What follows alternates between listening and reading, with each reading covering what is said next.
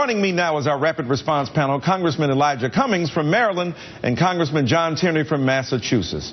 Congressman Tierney, you introduced legislation along with Senator Elizabeth Warren, which would give borrowers the opportunity to refinance their student loans.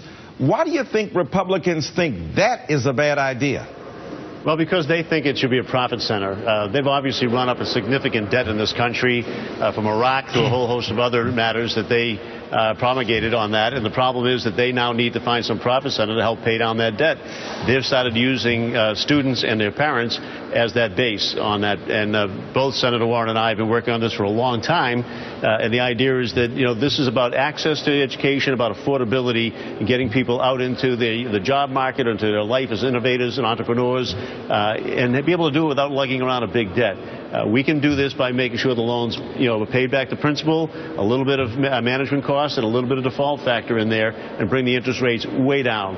And that's what we should be doing. Access and affordability are critical, Congressman Cummings. President Obama expressed outrage at what he thinks young people are facing. Listen to this.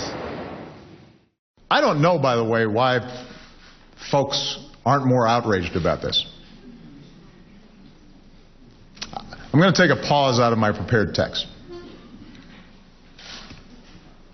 You would think that if somebody like me has done really well, in part because the country's invested in them, that they wouldn't mind at least paying the same rate as a teacher or a nurse. There's not a good economic argument for it, that they should pay a lower rate. It's just clout. That's all. Congressman Cummings, is he taking a strong enough stance there, President Obama? I think he is. And, first of all, let me say about Representative Tierney. He's worked very hard on this issue. Back in 2007, he worked to actually cut the interest rates in half on these student loans. Then in 2012, he was able to make sure that he didn't double. And now the bill that we're talking about. And I applaud him for all of that. Clearly, the president is on message, and he's absolutely right. We've got to fight for our young people. The number 2 or 3 question that comes to me when we're trying to hire people on the Hill is, do you have a program that's going to allow me to be able to help pay my student loans? We've got to do that. Keep in mind that, the cost of college has gone up 3 times in the last 30 years. In other words, it's gone up tremendously, 30% in the last 30 years, and the wages have not gone up.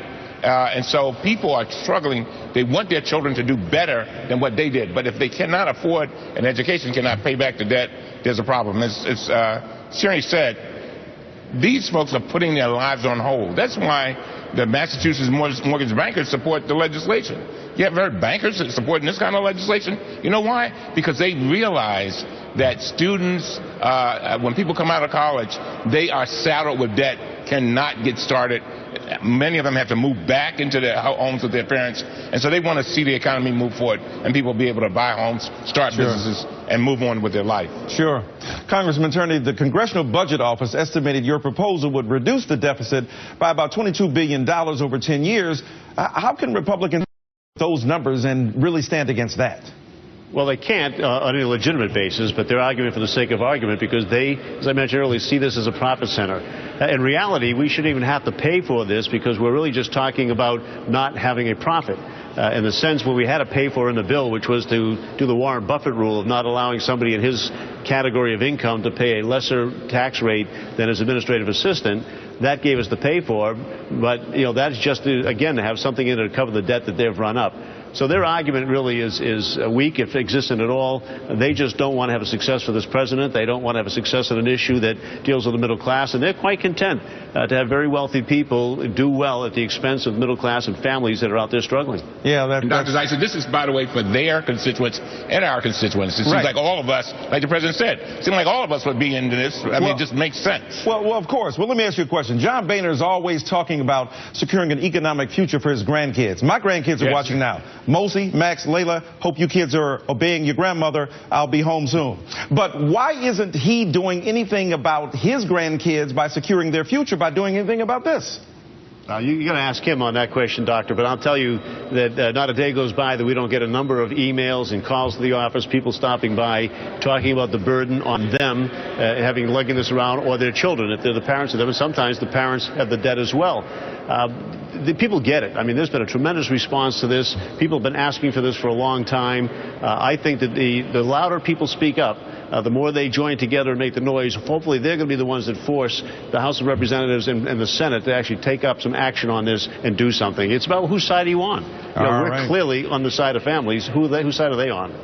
No doubt. Congressman Elijah Cummings, Congressman John Tierney, thank you so much. Thank you.